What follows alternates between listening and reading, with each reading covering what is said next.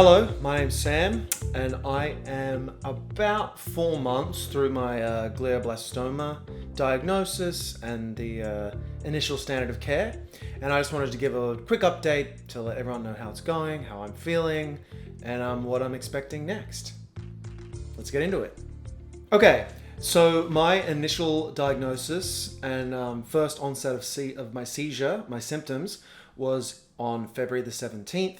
Since then, I have a couple of other videos. I'll put some links to the top there so you can see the journey, what I've been up to now. But since then, I've done the kind of standard of care, which is the oral chemotherapy, followed by 30 doses of radiation, as you can see with my hair here. And there's a hole in the back here. And that finished at the end of May.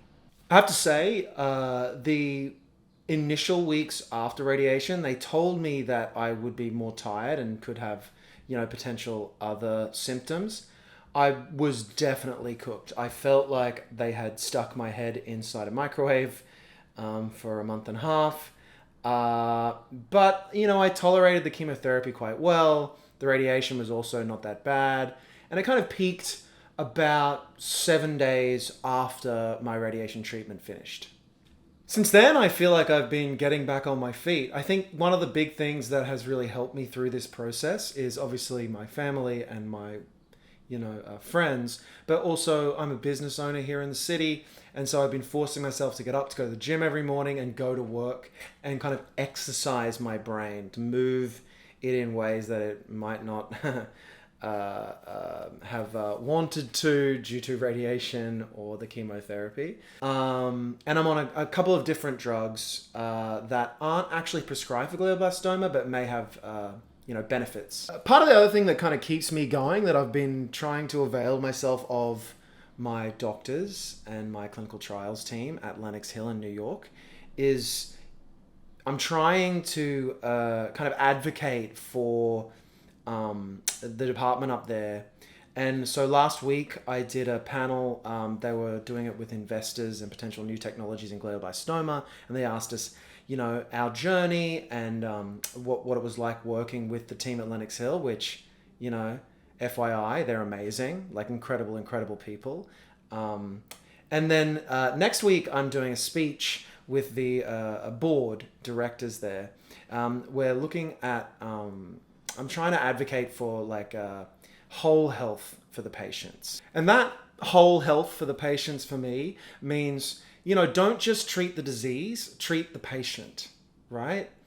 Because, it's easy, I think, when you live in a world where you're dealing with these, this cancer, which is disembodied, or you have brain cancer, and you're trying to look at glial cells and, the IDH mutant or not, and all of these chromosomes, sometimes I think the doctors can forget that brain is actually attached to a body of a human that has an internal life and feelings about things.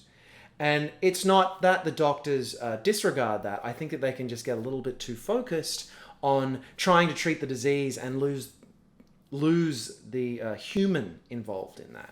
I do have to say, Lenox Hill have been exemplary with that. But, one of my biggest feelings about this is I used to be an actor in a former life, and we did a lot of Meisner, right? And so with Meisner, you're listening with your whole body to the other actor. So it's not the words they're saying, it's how they're saying it, And I really want to impress upon for the doctors and other, care physicians, all the rest, that you need to see the human behind the tumor. So if you're talking to someone like me, you might treat this in a different way as a human-to-human interaction as you might an older person or even a younger person, or someone who has children or doesn't have children, or comes from high economic means or low economic means. And that doesn't mean talking down to people at all. It means that you've got to meet people where they are and learn who they are and how you can communicate with them about the disease. So for someone like me, I am very interested in the disease and learning as much as I can about it. So perhaps we can have a bit more substantive conversations about the pathology, about the standard of care, about, different ways we can attack this.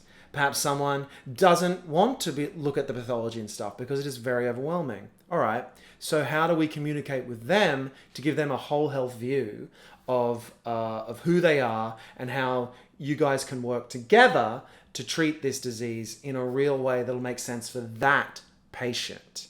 And finally, I just want to talk about something that's been helping me through this process. I think when you are, inflicted with this disease, whether it's brain cancer or anything else that is very serious, there's like always this human reaction to think this, why me? Like, why me? Why not someone else? Why did this happen to me? I didn't do anything wrong, or what did I do, or didn't I do, that kind of thing. And I've kind of recontextualized this for myself to be, why not me? Right? Why not me? I'm just human. I'm flesh and blood. I was born. I live a normal life, a relatively normal life. And I think conceptualizing things as why not me helps me, because then I don't feel like I am some kind of other, right? I'm the same as everyone else. It's just that one of my genes or one of the parts of my body kind of had a bit of a problem, and it mutated into cancer, which is not a communicable disease and it's not something I did anything wrong. So why not me? And it just really helps to release me of the pressure of all this and helps me kind of get through my day to day. Anyway, that's it from me today. I just wanted to give an update on everyone. I'm feeling pretty good, about 4 months in. I cannot wait to start driving again and enjoying my summer. Thank you so much, and I'll talk to you guys real soon. Thanks. Bye.